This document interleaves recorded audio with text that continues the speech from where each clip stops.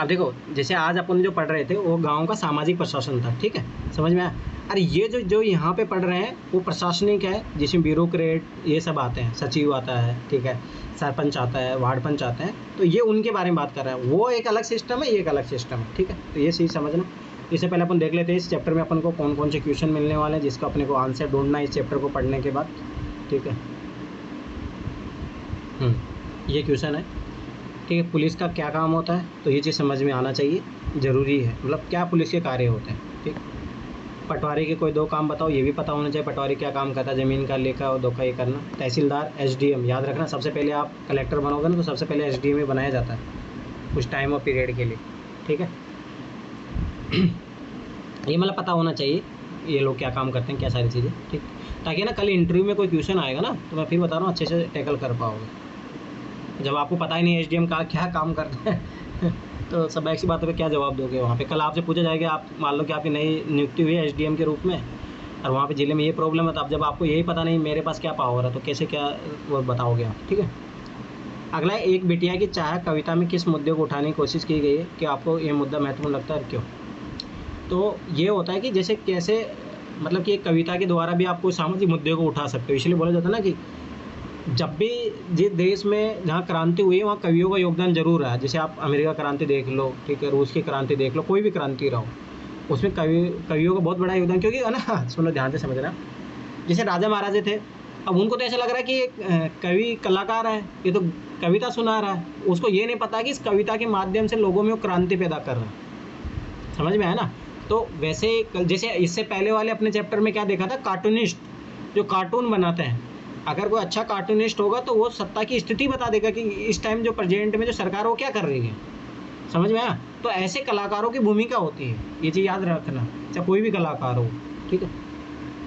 अगला है, पिछले पार्ट में आपने पंचायत के बारे में पढ़ा, पंचायत और पटवारी का काम एक दूसरे कैसे जुड़ा हुआ है, तो ये चीज़ थोड़ा इंटरलिंकेज पता होनी चाहिए आपको। किसी पुलिस थाने जाइए और पता कीजिए कि यातायात नियंत्रण, अपराध रोकने और कानून व्यवस्था बनाए रखने पुलिस क्या करती है, खासकर त्यौहार और सार्वजनिक समारोह के दौरान, ठीक है। इसका मैं एक एग्जांपल बोलता हूँ ना, आज के न्यूज़पेपर में देखा होगा, देखो इसलिए थोड़ा मैं बता रहा हूँ, न्यूज़पेपर एटलीस्ट हेडलाइन ही पढ़ो और एटलीस्ट ऑब्जर्व करना सीखो। अब ये ना हैदराबाद में ये वर्ल्ड कप होने वाला है क्रिकेट का, ठीक है, तो वहाँ एक मैच होने वाला है, शायद 29 नवंबर को ऐसा कुछ है, नहीं नवंबर नहीं सॉरी अक्टूबर है ना, और उस टाइम वो दशहरा का टाइम है। तो वहाँ की जो पुलिस प्रशासन ने हाथ खड़े कर दिए कि इस दिन मैच नहीं होना चाहिए, नहीं तो हम जो सामाजिक व्यवस्था सिस्टम है, लॉ एंड ऑर्डर है, उसको बरकरार नहीं रख पाएंगे। तो समझ में आया। तो ये ऐसा क्यों बोल रहे हैं, तो सब ऐसी बात है कि वहाँ उस दिन अगर मान लो कि नवरात्रा का सीजन, तो लोग बाहर आएंगे तो चीज़ें अनकंट्रोल हो जाएगी। अब पुलिस सिस्टम में लिमिटेड, तो वहाँ पे सिक्योरिटी देना वो चीज़ें प्रॉब्लम हो जाएगी। तो मतलब कहने मतलब कि ये चीज़ें समझो कि कैसे पुलिस सिस्टम काम करती क्या है। एक ज़िले में सभी पुलिस थानों का मुखिया कौन होता है, पता करें, ठीक है। चर्चा कीजिए कि नए कानून के तहत महिलाओं को किस तरह फ़ायदा होगा। आपके पड़ोस में क्या एक ऐसी औरत है जिसके नाम ज़मीन जायदाद हो, मिला आपको कोई, किसी है किसी के पास, यदि हाँ तो उसे संपत्ति कैसे प्राप्त हुई। बहुत रेयर चांसेज है नहीं मिलेगी, मिलेगी बताओ किस केस में। जैसे अभी मेरे भाई ने एक प्लॉट लिया है, तो उस पर ऐसा था कि रजिस्ट्री गवर्नमेंट एक स्कीम ला रही है कि 5% है ना डिस्काउंट दिया जाता है अगर वुमेन के नाम पे अगर आप प्रॉपर्टी लेते हो। तो लोग लाभ के कारण नाम इसलिए करवा रहे हैं, ऐसा नहीं कि उसको असली मालिक बनाएंगे। मतलब समझ रहे हो ना। तो ये चीज़ें होती है, तो गवर्नमेंट है ना इस टाइप की स्टेप उठाती है ताकि सकारात्मक बदलाव आए समाज में, ठीक है। महिलाओं का संपत्ति रहे, वो भी थोड़ा बहुत अपने आप को फील करे कि हमारी कुछ प्रॉपर्टी है। पर फिर बात वही है, ये सब चीज़ें दिखावटी है, रियल में तो उनका प्रॉपर्टी होता इसलिए है। पर फिर भी एटलीस्ट कल वो अगर मान लो कि मुकर जाए कि नहीं मेरी प्रॉपर्टी है, मैं किसी को नहीं बेचने दूँ, तो नहीं बिकेगी। पर जो भी XYZ है, पर इस तरह के गवर्नमेंट है ना अफर्मेटिव एक्शन उठाती है। अब देखो गाँव प्रशासन के बारे में अपन पढ़ेंगे, इसमें क्या क्या पढ़ने वाला है।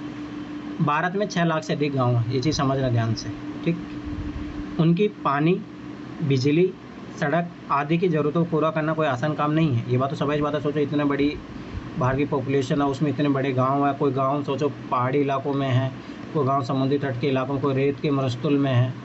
हर जगह सामान पहुँच कर पाना बहुत बड़ी बात होती है, ठीक। इसके अलावा ज़मीन के दस्तावेजों का रखरखाव करना पड़ता है और उसमें आपसी विवादों को निपटाने की ज़रूरत पड़ती है। जैसे पटवारी का काम यही होता है। जैसे आप है ना, एक चीज़ याद रखना, सबसे बड़ी इंडिया में ना कहीं लैंड रिफॉर्म में प्रॉब्लम इसके कारण भी है।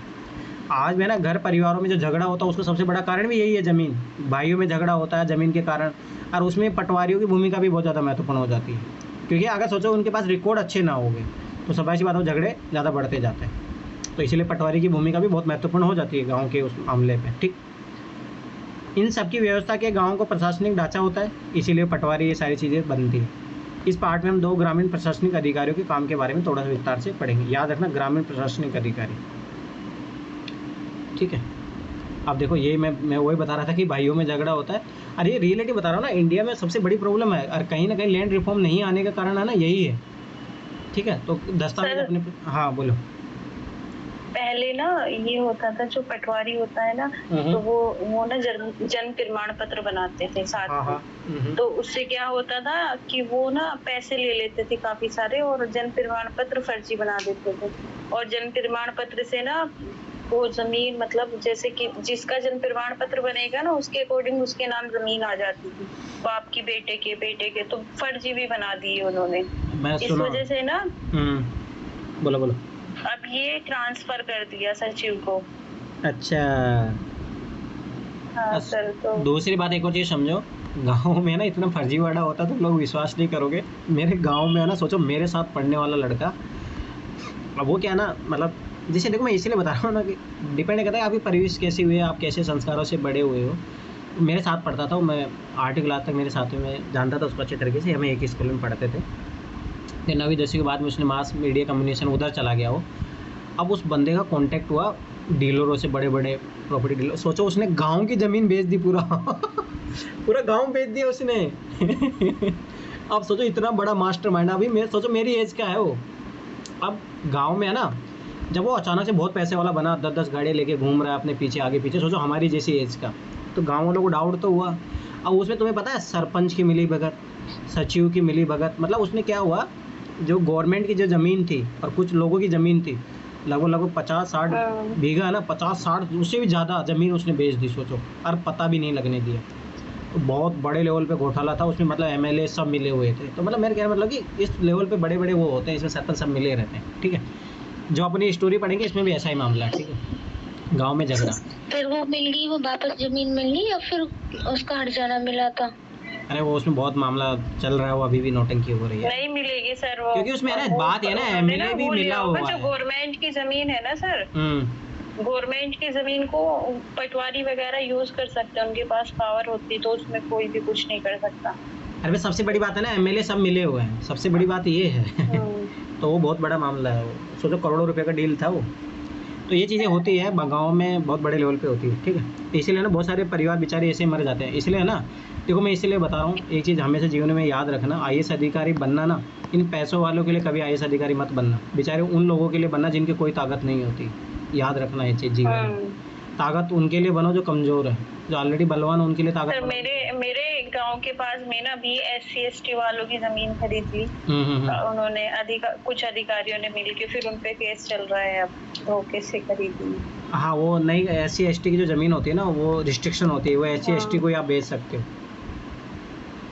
ये नियम होते हैं, वो सारी चीज़ होती है, ठीक है। पर मेरा ये याद रखना, जीवन में कभी कोई पावरफुल बनो चाहे कुछ भी बनो, तो कमज़ोरों का साथी बनो। देखो पैसे वालों के पास तो बहुत सारी पावर होती है, उनके पास पैसों की पावर होती है, एडमिनिस्ट्रेशन को अपने कंट्रोल में कर लेते हैं, पॉलिटिकल पावर भी होती है।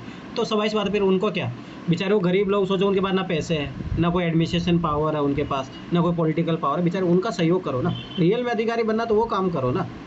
अगर आप किसी का सोचो, जैसे मान लो कि आप कहीं एक अच्छे वकील हो, ठीक है, सुप्रीम कोर्ट के वकील हो, और आपके क्रिमिनल को बचा रहे हो, तो क्या ही आपकी महारत हासिल होगी उस चीज़ में। आप भाई उनको बचाओ जो बेचारे जो है गरीब है, जो लड़ नहीं सकते। मतलब मेरा कहना मतलब कि भाई कमज़ोर को सक्षम बनाने की तरफ आप आगे बढ़ो, तब तो आपकी जो ईमानदारी है, जो आपका ओहदा है, उसका फ़ायदा है समाज से। क्या ही मतलब है, इस समाज में बहुत सारे कीड़े मकोड़े की तरह घूम रहे हैं आईएएस अधिकारी बन के, जो पैसों वालों की इनकी मदद करते। क्या मतलब है ऐसे आईएएस अधिकारी, ठीक है। चलो आगे बढ़ो। गांव में झगड़ा, देखो मोहन एक किसान है, उसके परिवार के पास थोड़ी सी खेती ज़मीन है, ठीक है। खेती ज़मीन का मतलब होता है जिसमें उपजाऊ खेती है, उसमें खेती वेती होती है। जिस पर वह कई सालों से खेती कर रहा है, उसके खेत से लगा हुआ ये रघु का खेत है, ठीक है, मतलब पास खेत है, ठीक है। दोनों के खेत एक छोटी सी मेड़ से अलग होते हैं। तो ये गांव में है ना, मेड़ होती है। सबसे बड़ी बात है ना, क्या होता है, मतलब ये मैंने खुद अपने परिवार में देखे झगड़े इस टाइप के, तो मतलब लोग किस टाइप के रहते हैं, जैसे मान लो ये मेड़ है, अब देखो जब वो बारिश के सीज़न होते हैं, जब बुआई होती है तो भाई समझ बात है ये भी कट जाता है जो जो बना रहता है। तो अब जो लालची आदमी रहेगा ना वो इधर बढ़ा लेगा अपना ऐसे बढ़ाते बढ़ाते वो बहुत एरिया कवर कर लेता है तो ये झगड़े होते हैं इस चीज़ों को लेके। तो ये मैं बता रहा हूँ लालच, ये सारी चीज़ें, काम क्रोध लोग, यही सारी चीज़ें अब देखना ना, ये चीज़ें यहाँ पे भी आएगी। एक सुबह मोहन ने देखा कि रघु ने मेड़ को थोड़ा आगे बढ़ा लिया था, देख लो ऐसा करने से उसने मोहन की कुछ ज़मीन अपने खेत में मिला ली और अपने खेत का आकार बढ़ा लिया। मोहन को बहुत गुस्सा आया, मगर वह थोड़ा डरा हुआ भी था। रघु के परिवार के पास बहुत ज़मीन थी और इसके अलावा उसके ताऊ गांव के सरपंच थे, देख लो पॉलिटिकल पावर है फिर भी मोहन ने हिम्मत जुटाई और रघु के घर पहुंच गया। दोनों के बीच कहा सुनी हुई। रघु ने तो मानने से इनकार कर दिया कि उसने मेढ़ को आगे बढ़ाया था। थोड़ी ही देर में झगड़ा शुरू हो गया। रघु ने अपने, अब जो सोचो, मतलब मेरा कहने मतलब देखो अभी स्टोरी फॉर्मेट में कितने अच्छी तरीके से सारी चीज़ें बता देगा। तो आप ऐसे में है ना ये चीज़ें आर्ट यूज करो।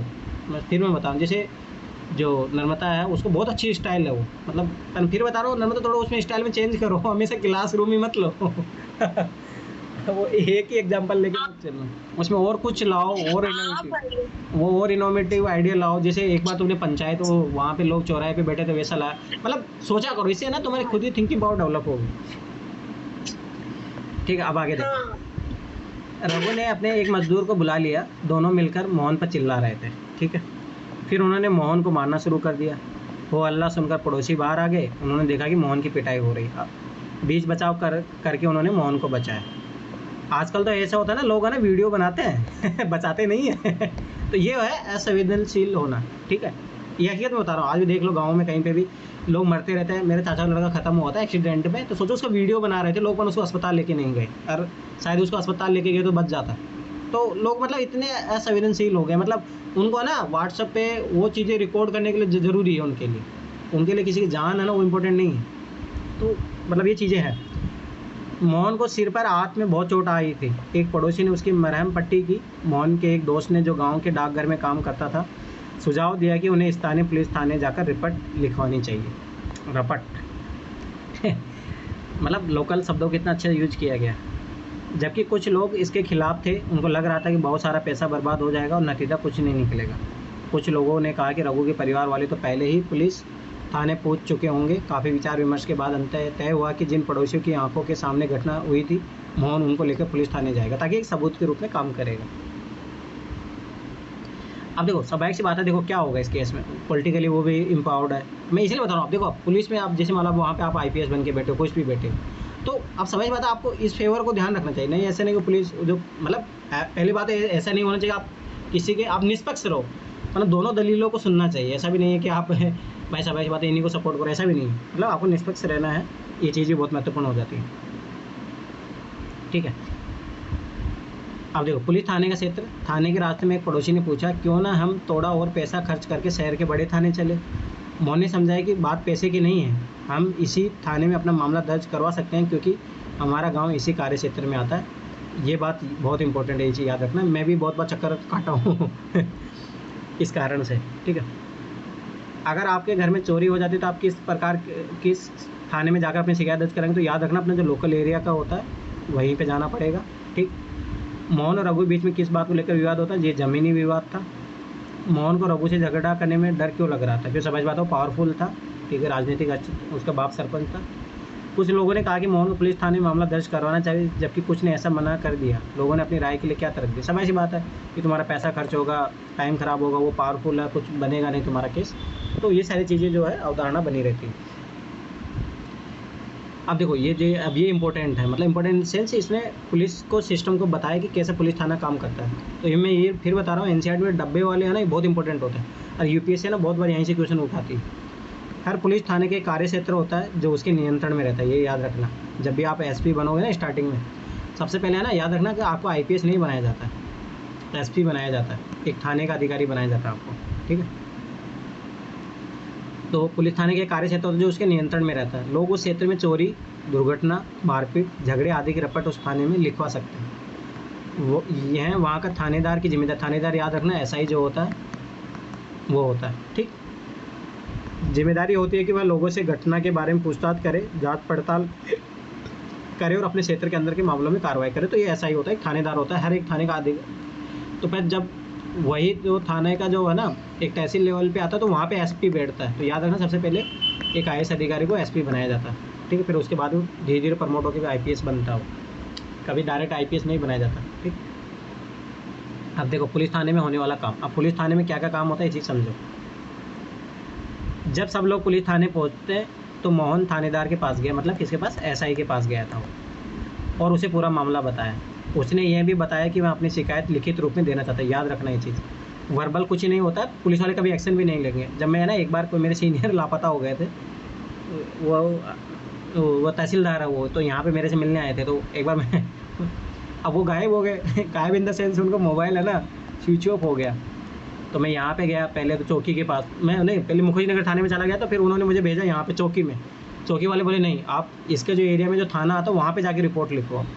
तो जब मैं वहाँ पहुँचा ना तो उन्होंने बोला कि अब देखो, जब याद रखना, जब पुलिस वाले एक बार रिपोर्ट लिख लेते हैं तो उनको कार्रवाई करनी ही पड़ती है। इसलिए हमेशा याद रखना, जब आप थानों में जाओगे ना तो पुलिस वाले हमेशा बचते हैं इस चीज़ से कि आप रिपोर्ट लिखो। अगर क्योंकि एक बार लिखित रिपोर्ट लिख गई ना तो उसको फिर कार्रवाई करनी ही पड़ेगी। इसलिए बहुत बार देखना, मोस्टली जो पुलिस वाले काम से बचते हैं वो क्या करेंगे, डरा धमका के भगा देते हैं। ये होता है, देखना अभी इस केस में भी ऐसा कुछ होगा। थानेदार ने बड़ी बेरुखी से कहा कि उसके पास छोटी छोटी शिकायतों की जांच पड़ताल की समय नहीं है। देख लो वो क्या चाह रहा है, ताकि रिपोर्ट नहीं लिखवाएगी। अगर रिपोर्ट लिखवाएगी तो फिर उसको काम एक्शन लेना पड़ेगा। मोहन ने अपने घाव भी दिखाए लेकिन थानेदार पर कोई असर नहीं हुआ। मोहन हैरान था कि उसकी शिकायत आखिर दर्ज क्यों नहीं की जा रही थी। जब मैं भी गया था तो वो मेरी भी रिपोर्ट नहीं लिख रहे थे, मतलब वो आनाकानी करते हैं। फिर मैंने क्या किया ना मुझे पता, देखो ये इसीलिए मैं समझा, देखो ये चीज़ें नहीं चलती इतना। फिर मेरा क्या था कि एक मेरे सीनियर थे कॉलेज के, तो यहाँ पे डीएसपी है वो यहाँ पे दिल्ली में, तो मैंने उनको कॉल कर दिया। तो फिर वो चुपचाप फिर लिखने लगे तो ऐसे सिस्टम चलता है, वो ऑटोमेटिक वो दबाव पड़ा तो उन्होंने फिर लिखा। मोहन बाहर गया और अपने पड़ोसियों को बुलाकर अंदर ले आया। पड़ोसी ने थानेदार को समझाया कि मोहन को उनकी आंखों के सामने पीटा गया। अब देखो अभी मामला बहुत ज़्यादा बढ़ गया। अब उसको समझ में आ गया अगर ऐसा है, अगर डिसीजन नहीं लूँगा तो मुझे दिक्कत हो जाएगी। देखो ये होता है, एक सिंगल व्यक्ति और एक कलेक्टिव लोग जब जाते हैं, कलेक्टिव डिसीजन लेते हैं तो उनका क्या इम्पैक्ट पड़ता है। अब देख रहे हो ऑटोमेटिक मान जाएगा चुपचाप। अगर वे उसे नहीं बताते तो बहुत ही गंभीर चोटें आती। उन्होंने मामला दर्ज करने पर जोर दिया। अंततः थानेदार राजी हो, देख लो मान गया ना तो मतलब ये चीज़ें समझो कि किस तरीके की चीज़ें काम करती है। उसने मोहन को अपनी शिकायत लिखकर देने को कहा। थानेदार ने अपने वायदा किया कि अगले दिन एक हवलदार घटना की जांच पड़ताल के लिए उनके यहाँ पहुँचेगा। ठीक है, अब देखो पुलिस थाने में जो भी हुआ इसे एक नाटक के रूप में दिखाई। फिर ये बताया कि मोहन थानेदार पड़ोसी भूमिका निभाते हो, आपको कैसा लगा, इस थानेदार की स्थिति नहीं संभाल सकते हैं। ठीक है, अब जो इससे एक रिलेटेड मैं कहानी सुनाता हूँ। मतलब ऐसा कोई विवाद हुआ था, मतलब वो हमारे फैमिली का ऐसा मैटर था। तो उसमें मतलब कोई ज़मीनी विवाद, मतलब ज़मीनी नहीं, गाँव में जो विवाद होता है ना, एक तो ज़मीनी होता है, दूसरा नोटिस करना गाँव में जो विवाद होते हैं पेड़ को लेके होते हैं और जो खास तौर पे जो मेड़ पे पेड़ होता है ना उस पर बहुत झगड़ा होता है गाँव में। और यहाँ तक गाँव में हत्या भी हो जाती है, मतलब इस लेवल की लड़ाई होती है गाँव में। गाँव के लोग भी एक अलग ही मामले के वो रहते हैं। तो उसमें ऐसा ही हुआ था कि मतलब इन्होंने अपना पेड़ काट रहे थे तो दूसरे जो लोग बोले कि नहीं ये तो हमारा पेड़ है, इसीलिए को एकदम बहुत भयंकर लड़ाई हुआ था। मतलब भयंकर, मैंने ज़िंदगी में पहली बार इस तरीके की लड़ाई देखी थी। तो उसमें मामला फिर पुलिस थाने में गया, सब कुछ हुए। पहली बार था कि घर से ऐसा कोई मामला पुलिस थाने में गया। अरे मतलब इस गाँव में ना सही नहीं माना जाता कि पुलिस में जाना है। बस सही भी बात है कि पारिवारिक मसलों को आप क्यों तीसरे व्यक्ति के पास लेके जा रहे हो, जब तक कोई चीज़ें सही मतलब ज़्यादा खतरनाक ना हो। क्योंकि कुछ चीज़ें ना आगे में देख लेना, उसका समाधान पुलिस वाले जब आए ना तो उसका समाधान उन्होंने पारिवारिक रूप से किया कि आप देखो घर परिवार का मामला घर परिवार के बैठा के मतलब सुलझा लो आप। तो आखिर में उसमें क्या हुआ ना, एक मतलब मेरी सिस्टर ही थी, तो उसने जो अंकल थे, मतलब ये परिवार का मामला था, उसने सोचो रेप का आरोप लगा दिया मतलब रेप का आरोप नहीं, मतलब कि मेरे को छेड़खानी की। तो ये मैं बता रहा हूँ कि कैसे महिलाएं जो है गलत यूज करती है अपने जो राइट्स का, उसका मैंने प्रत्यक्ष एग्जांपल देखा। तो मतलब उसने बोला कि मैं प्रेग्नेंट थी, इसने मेरे को मतलब मेरे प्राइवेट पार्ट पे मतलब मेरे पे अटैक करने की कोशिश की, मेरे प्राइवेट पार्ट को छूने की कोशिश की। तो मतलब ऐसा मामला मतलब बहुत मतलब ये सही नहीं है चीज़ें मतलब।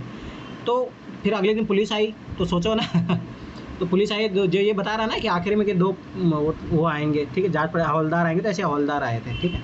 तो हवलदार आए तो उनको बैठाया गया, सामने बुलाया गया। तो फिर सारी घटना को वो है ना फिर लाते हैं। ये और याद रखना कि कुछ होता है जी, बैच नंबर लिखा होना चाहिए, वो सब सारी चीज़ें। वो रिपोर्ट लिखते हैं। एक बात बताओ, ये जैसे कि ये लड़कियां इस आरोप लगा देती हैं, अगर ये ऊपर तक कार्रवाई हो जाती है तो फिर ये इस उच्चतम न्यायालय में ही, उच्च न्यायालय में ही तो होती है ना ये सॉल्व, अगर वो वापस लेना चाहे तो। जैसे कि डिस्ट्रिक्ट कोर्ट होता है, फिर डिस्ट्रिक्ट कोर्ट के बाद में मामला नहीं सुलझता, हाई कोर्ट जाता है, फिर हाई कोर्ट के बाद supreme court, direct supreme court नहीं जाता। बहुत रेयर केस में है कि बहुत ज़्यादा मामला संगीन हो तब सुप्रीम कोर्ट में जाता है मामला, ऐसे नहीं जाता डायरेक्ट। फिर तो सर ये गलत है ना, क्योंकि मन चाहे जब नहीं होता ना। अभी देखो सुप्रीम कोर्ट ने खुद बोला कि 80% जो महिलाओं पे रिलेटेड जो केस आते हैं वो गलत है, महिला अपने अधिकारों को गलत यूज कर रही है। अब जो अपने आप को ढेर होशियार समझती है ना, वही गलत यूज करती है। अब बेचारे जिनके साथ शोषण होता हो तो यूज ही नहीं कर पाती। तो मेरा कहने मतलब जब वो पुलिस आई, फिर उन्होंने सारी चीज़ें हुई तो बहुत सारे, फिर आखिर में उन्होंने परिवार के रूप में ही समझाने का प्रयास किया कि आप उस अकॉर्डिंग कर लो। मतलब ये थी। अब देखो राजस्व विभाग का काम क्या होता है, ठीक। तो ये तो पुलिस का काम हो गया, पुलिस रिपोर्ट लिखाने आ गई, ठीक। अब राजस्व काम मतलब रेवेन्यू डिपार्टमेंट, ठीक है। अब रेवेन्यू डिपार्टमेंट टैक्स लगाना, ये सब सारी चीज़ें आती हैं, ठीक है। तो टैक्स कलेक्शन का काम जैसे पटवारी होता है, वो सारी चीज़ें उनको काम करता है, ये चीज़ समझ लें, ठीक है। क्योंकि उसी के पास आंकड़ा होता है, किसी के पास कितनी संपत्ति है, किस आधार पर क्या लगना चाहिए, वो सारी चीज़ें, ठीक। आपने पढ़ा कि मोहन और रघु में खेत की मेड़ को लेकर ज़बरदस्त लड़ाई हुई। क्या ऐसा कोई तरीका नहीं था जिससे वो अपना मामला शांतिपूर्वक सुलझा लेते? क्या कोई ऐसे अभिलेख यानी रिकॉर्ड होते हैं जिनसे पता चल जाए कि गांव में किसके पास कौन सी ज़मीन है? चलिए पता करते हैं कैसे। अब देखो ये सही सी बात है। अब मान लो रघु ने उसको, मान लो कि ये खेत था, मतलब देखो ये चीज़ें छोटी छोटी चीज़ें पर समझ लो, ज़िंदगी में है ना बहुत काम आएगी। अभी मान लो कि झगड़ा ये था, मान लो कि कानूनी रूप से मान लो मैप बने होते हैं पूरे गाँव के, ये चीज़ याद रखना। अरे सना तो अच्छे तरीके जानती होगी कि पंचायत के पास ही रिकॉर्ड रहता है पूरे गांव का, यहाँ तक आपके मकान की लोकेशन सब कुछ पता रहता है, आपने कितने बोरवेल खुदा के रखे हैं ये भी पता रहता है, सब कुछ पता रहता है, ठीक है। पंचायत को सब पता रहता है। अब देखो समझ में आता है, ये मैप बना हुआ है। अब रिलेटिव तो ये बना हुआ, परंतु इसलिए मान लो रघु ने ऐसे कर लिए, तो भाई ये तो दिख जाएगी ना बेईमानी, सब सीधी सी बात है। अगर ये रिकॉर्ड में होगा तो समझ